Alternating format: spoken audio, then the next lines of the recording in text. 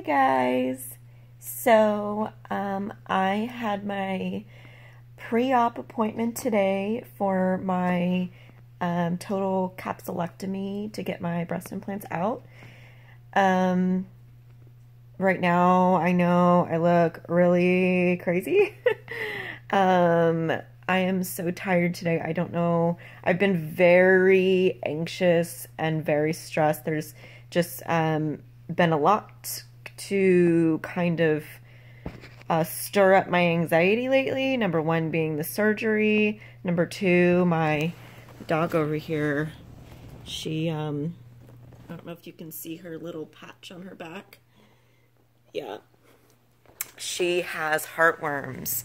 And before you say anything mean about how I take care of dogs, we just adopted her beginning of November, and they tested her for heartworms 3 months after we got her. And they had just tested her, the adoption place had just tested her for heartworms like the week we got her. So, and it takes 6 months to test positive for heartworms. So, and she was a stray. They picked her up on the street. And we live here in Texas. And in Texas, there's a lot of like tall grass areas everywhere. And in the summer, which is when she would have been, which is when she got the heartworms, it's like mosquito heaven here, especially those tall grass areas, because it's kind of like swampy too. Anyway, so yes, that's when she got it. So I'm just trying to take care of her, make sure her heart rate doesn't get too high.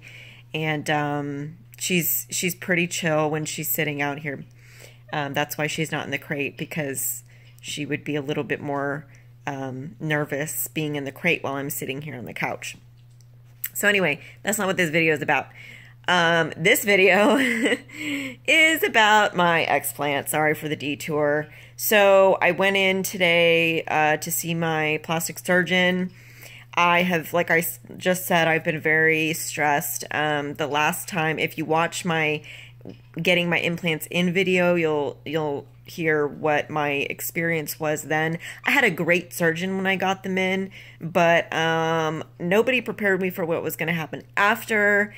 And what happened after, I didn't like the way things were set up at the place I got it, really. I was kind of rushed out, and I wasn't given enough of the proper medication or told like when to take my pain medication after or anything like that. And if they did tell me, I was so doped up from the high doses of medication that they gave me that I wouldn't have known what they said anyway. So, and the person I was with didn't say anything. So I don't know. I don't know what happened, but it was a very awful first day. And so I was very concerned about that. But anyway, today I went in, we went over basically just, you know, the care, like don't eat after midnight the night before, shower the night before or the morning of, don't put lotion or deodorant on. And then afterwards, he said I'm going to be wrapped up really tight with an ace bandage that I have to have on for 24 hours. And then I can take it off and shower, which my feelings about that are mixed. I have, like, if you watch my other video, I am 550 cc's silicone. So, and then I had my son, you know, last year, or no, 2017. So my breasts not only were expanded, I was a 34B before. I did have quite a bit of breast tissue, so my skin wasn't thinned out too much. I do have quite a bit of breast tissue in front of the implant. But even if I didn't have my son, they would be quite saggy just after. But my boobs got saggy after breastfeeding, and they got bigger, and so they're just like, they're gonna be so sad. So, but I know I'm going to like really want to shower. Showers are like my favorite thing in the whole world. So, it's I'm just gonna have to suck it up and deal with it. I know this is for the best. I know this is what I want. And I know that the aesthetics of it all, number one, it's not what it's about.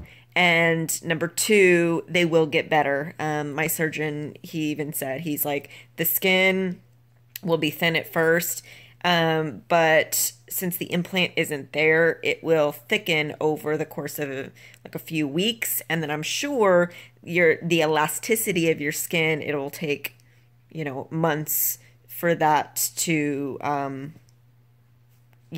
for the your skin to kind of shrink back into like a regular size. So I'm excited. I'm excited because the end result will be I can do so many more workouts than I've been able to do over the last 4 years. I can really push myself. I mean, I do push myself now, but there are just limits that I have. Plus, I'm kind of excited to have small boobs again. There are things that, I mean, there are many benefits to big boobs in terms of just the looks, but I feel like there are so many benefits to small boobs that I didn't even realize before. Like the style right now at the gym is to wear a cute sports bra and high-waisted leggings. I cannot wear a cute sports bra to the gym because look, my boobs are just like bursting out of any sports bra I buy, bursting out of them. So that's a plus. Bralettes, cute little bralettes, that's a plus. Some people say not having to wear a bra is a plus. I don't wear a bra with my big boobs. Sometimes it is a little awkward though. So, yeah, not having to wear a bra and it not be awkward. So yeah. So what else happened with my appointment? Yeah, he just explained everything. My main questions and concerns had to do with waking up from anesthesia, how people normally feel. Is it worse or the same as when you got them in? He told me in answer to that question that it's kind of just depends. It depends on how easily the scar tissue comes out. If you have to really scrape it out, if it's really stuck, then of course you're going to be more sore than if it's just really loose and just kind of pops right out. But he said that women who, when they're young, get larger implants like I did. I was 24, got a larger set of implants. He's like, normally they tend to be more sore with the first surgery because, it's just such large implants stretching and then your muscle sits on top of them. So you had to really stretch that muscle. It's really stretching the skin. I did describe that when I woke up from my first surgery, I could not breathe. And he said, yeah, that's because you had like weights in your chest that you hadn't had there before. So he said that, that I would be surprised about how light I feel, that like sitting up will be way different. And, it's funny because in terms of like weight, how I felt with I didn't even notice that change, but I don't know, like I really didn't notice like them feeling so heavy on me. Or really even before I started researching getting them out, I never even noticed like a change in my breathing. However, since I've started thinking about it, when I go to take a deep breath, you just feel something there. I mean, you really do. It's just like, I can feel them when I take a deep breath. It's like, I'm not sure if I'll be able to take more of a deep breath later, or if that feeling of, oh, that's where they are, will then be gone. So anyway, he reassured me of that. They took some before pictures because that's just the way they do things. His assistant, tech, I'm not sure her official title, but she's going to be in the surgery with us, and then she's going to be taking care of me after. She showed me where they do the surgery, and this place that I'm going to, it's actually, I love their surgery room because like when you walk in, there's the waiting room, then there's the doctor's office, and it's just a room in the doctor's office, but it's not what you think. It's not like I'm sitting on like in the office on a table. No, it's like a room, and then it's really cozy looking. It's kind of small, and I think it looks small because it's 3 rooms in this one room. And the first room is where you go in, oh, my bad, it's 4 rooms because there's a bathroom too. You go in, you probably get your IV, you change into your gown, you go in the bathroom, you give your urine sample, because they do a urine sample to make sure you're not pregnant, that's good. So anyway, and then she showed me the room. I will walk into the room just off of that room. It's like an apartment setup. There's like the main room, and then there's like a bathroom, and then there's like 2 other little bedrooms. Anyway, so one of those rooms is the surgery room, and it's a legit surgery room. And so I will just walk in there, hop on the table, they'll put the mask on my face, I'll count down, blam. And then she said after they're done, they will transfer me. There's the second bedroom-ish area is your recovery bedroom. I'm assuming just in case there's somebody else that's coming in for surgery, you're not in the way. So they put you on that table. That's where you wake up. Like I said, if I need pain medicine, they will give it to me. Something that I thought last time was that I was very rushed out when my blood pressure was very low. I was like incoherent, like just totally out of it. And she said, she's like, we're not going to let you go unless you are comfortable to leave. Once you are comfortable to leave, once you feel like, you can leave, then we'll release you. She said, typically we keep people for about, I think she said an hour. Another thing she said that's quite different than I think I had last time was that the anesthesiologist is apparently very, she really pays attention to people being nauseous after. She apparently, she hates being nauseous. So she really tries to make the experience for people after in that arena good. So she'll take care of me when I'm out. They'll give me some Zofran, which is an anti-nausea medication, when I'm there. And then I will be sent home with Zofran as well. Because last time I was so nauseous when I got home. I was like, my body was trying to puke like 3 or 4 times, but because of the pain, my chest was fighting my stomach. I'd gag, and then I'd like be like, no, and then I'd gag, I'm like, no. So, yeah, so that's a good sign. They're also sending me home with a little bit of Norco, which he said I'll probably only need the day of surgery, and then Tramadol, which I've never taken Tramadol before, honestly. My dog, for her heartworm thing, also has Tramadol right now, so we'll both be taking some Tramadol. I'm hoping I don't have to take any pain medication after the second day. I'm assuming I'm going to need some the first day after, and yeah, I'm really hoping that that's it. The first time I got my surgery, I wasn't approved to lift weights until 6 weeks. This surgeon, he said, normally I approve people to ease back into exercise after the pre-op appointment, which my pre-op appointment is 11 or 12 days after. Of course, if I need him before that, he is available. But yeah, so he's like, I don't do anything, don't work out, don't do anything until I see you in your post-op appointment. And then what he does, unless there's something wrong, is approve people to ease back into it, which I was so excited about. I was so excited because that means I know for sure I'll be able to go back to work with no issues like I had planned the day after. I will be able to go to the gym way sooner than I had planned. So I'm trying to think. I think that was it.